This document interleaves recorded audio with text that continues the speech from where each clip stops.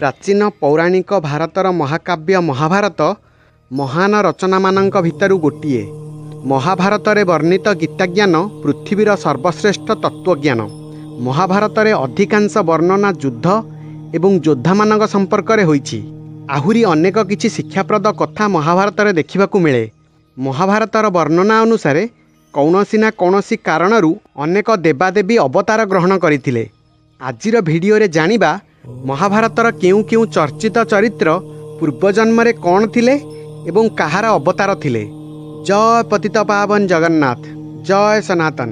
आपण देखुचंती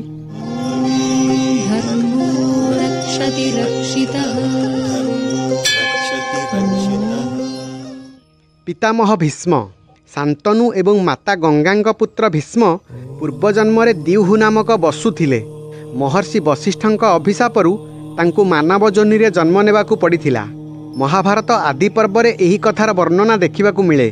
द्रौपदी द्रुपदंक कन्या द्रौपदी इंद्रंक पत्नी सचीदेवींकर अवतार थिले। अभिमन्यु अर्जुनंक पुत्र अभिमन्यु महाभारतर जड़े महान योद्धा थिले। से चंद्रदेवंक पुत्र वर्चांक अवतार थिले। अर्जुन पूर्वजन्म रे नर नामक ऋषि थिले, जी कि भगवान विष्णुंकर अवतार थिले। तांक जन्म इंद्र एवं कुंतींक मिलनरू होइतिला। श्रीकृष्ण हेउछंती भगवान विष्णुंकर पूर्ण अवतार।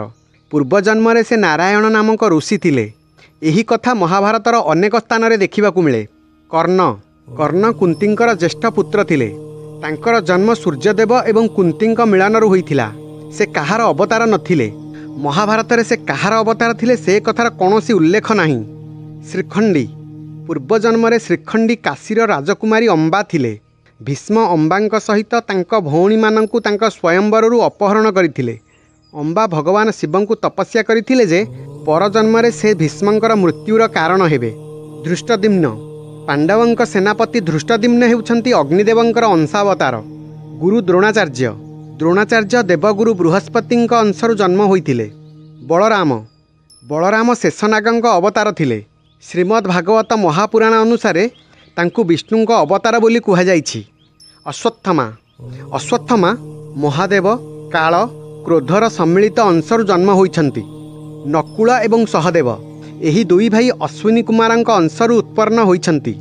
दुर्योधन धृतराष्ट्रंकर ज्येष्ठ पुत्र दुर्योधन कलिर अंश थिला।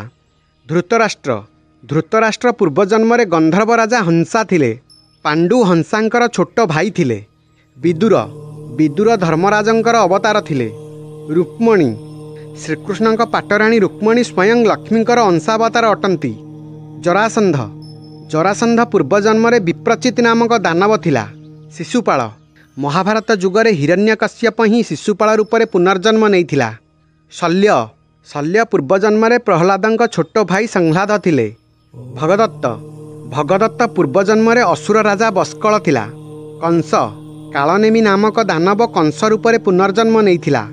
कुंती एवं माद्री देवी सिद्धि एवं धृतिंक अवतार थिले। कुंती एवं माद्री गांधार राजा सुबलंक कन्या गांधारी हेउछंती बुद्धिर देवी मती। कृपाचार्य रुद्रगणंक भितरु जणे कृपाचार्यंक रूप में अवतार नैथिले। शकुनी द्वापर जुगर अंशरू शकुनीर जन्म होइथिला। युधिष्ठिर कुंतींक पुत्र युधिष्ठिर धर्मदेवंक अवतार थिले। भीम वायुदेवंकर अंशावतार थिले।